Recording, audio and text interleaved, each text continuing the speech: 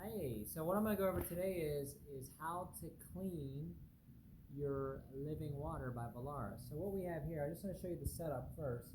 I've taken off all the hoses. I replaced these hoses. They were starting to get a little bit gunked up with stuff, so I replaced all my hoses. I took off this hose here. I got it cleaned up real nice. Got all the corrosion off of it. So anyways, here's the living water. Then I have this kit. Okay, it comes with citric acid, comes with a gallon bucket, everything you need. It also comes with this little pump, and it has a little screw-in adapter, and then this extra hose. So this hose is going to attach to this attachment that comes with your water. So this actually hooks onto your salt port, like this, somehow, right? It should just snap right in.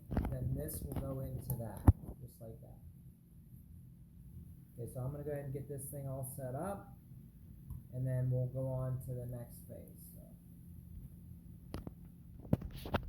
Okay, so the next step I'm going to do is I have my bucket, and I have my citric acid here that I bought on my back office. This is part of the kit. So I'm going to go ahead and add this into a quart of water, okay, to start.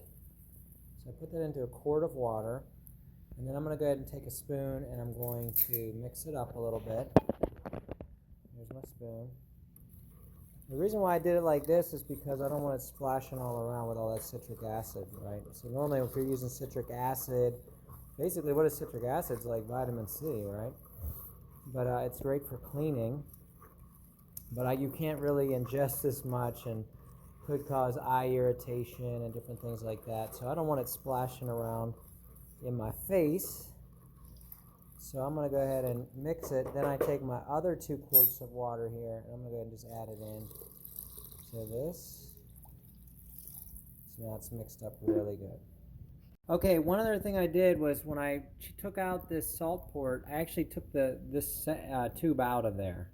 Okay, this is where you would put the salt in to make the super acidic water. So I did remove that from the top. I also unplugged my unit. Okay, and then I put the stainless tube back on. Everything's been cleaned up. In the bucket, I've submerged the pump. So you can see that the blue hose goes from the salt port down to the pump. Then I have my wastewater tube right here in the bucket, and I'm going to have this one into the bucket as well. And I'm going to go ahead and plug in my pump. So just give me a second on that. Pump starts to run. And it's going to fill up my living water. It might take a few minutes, and there it goes. And you can see now it's cycling out of both tubes. Make sure that there's no leaks or anything like that. And now this has not been run for a while.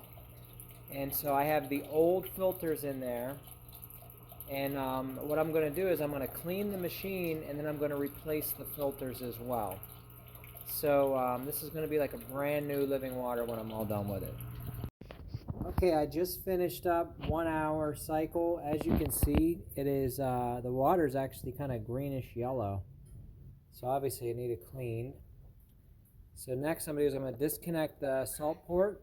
I'm going to put back in the salt tube, tighten it up real good, and then I'm going to hook it up to the sink, and I'm going to run it on 7.0, but I'll show you that here in a second. Okay, so I got it all set up here. It's running great, 7.0. I'm just going to go ahead and let it. When I first started it, the water came out yellow, but now it's obviously coming out pretty clear. It looks good. These are old filters in here still, so I have not changed the filters out yet. I am going to do that in the next part. I'm going to change the filters out. But you always want to clean it with the old filters in. Now you notice that it says there was only 5,000 liters put through this, but this is an older machine, so it's past a year, so I decided to go ahead and just replace the filters, do a major clean. Then I have my other unit sitting right over here, so it's like head-to-head dueling living water, so there they are. Okay, I just wanted to go over this. While I was running it, I noticed it was leaking from around the top. So what I'm going to do is I'm going to try to replace this gasket. I have other gaskets, so I'm going to go ahead and try maybe put one on the top and on the bottom to see if it helps, so I'll let you know. Okay, so this was the old gasket. I just happened to have a little box of gaskets here, so I went ahead and I put one on the top and on the bottom.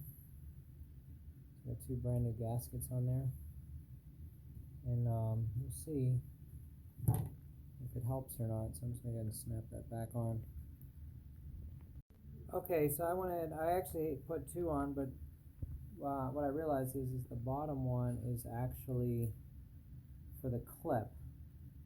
So what I'm going to do is I'm going to go ahead and snap this thing back on, and it's now I can see it's like harder to put on, so obviously that other gasket was probably worn out.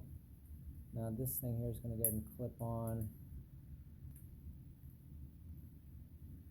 this out again. I'm going to go ahead and dry it off real good.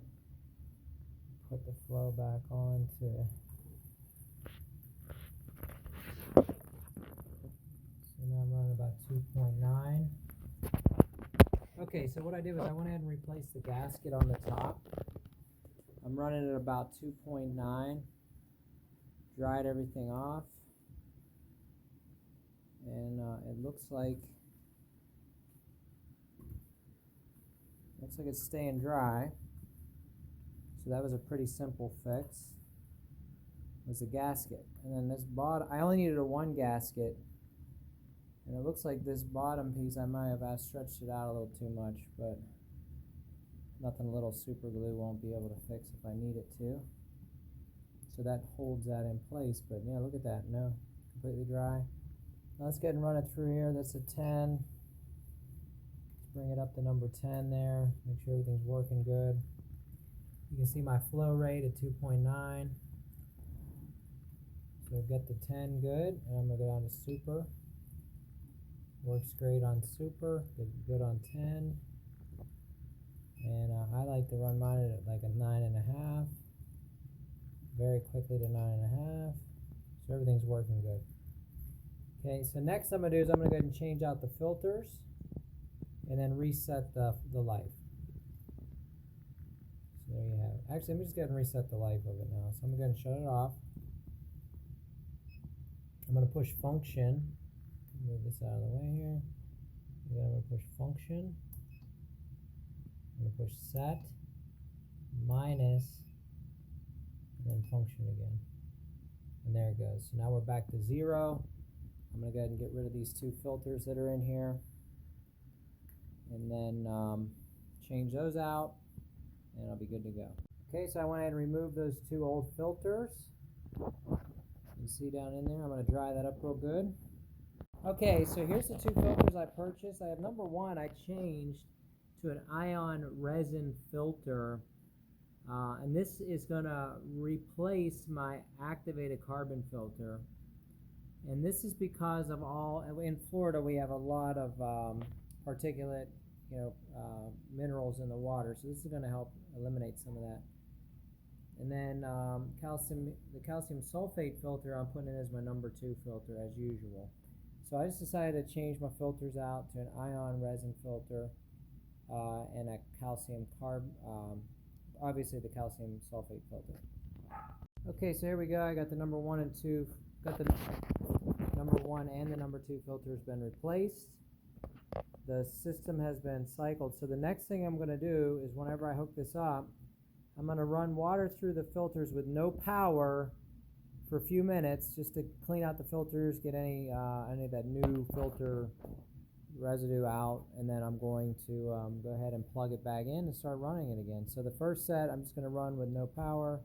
I'm decided to go ahead and glue this piece here because I changed the gasket, so it's like having a brand new gasket. So this is kind of how to take an older living water and freshen it up.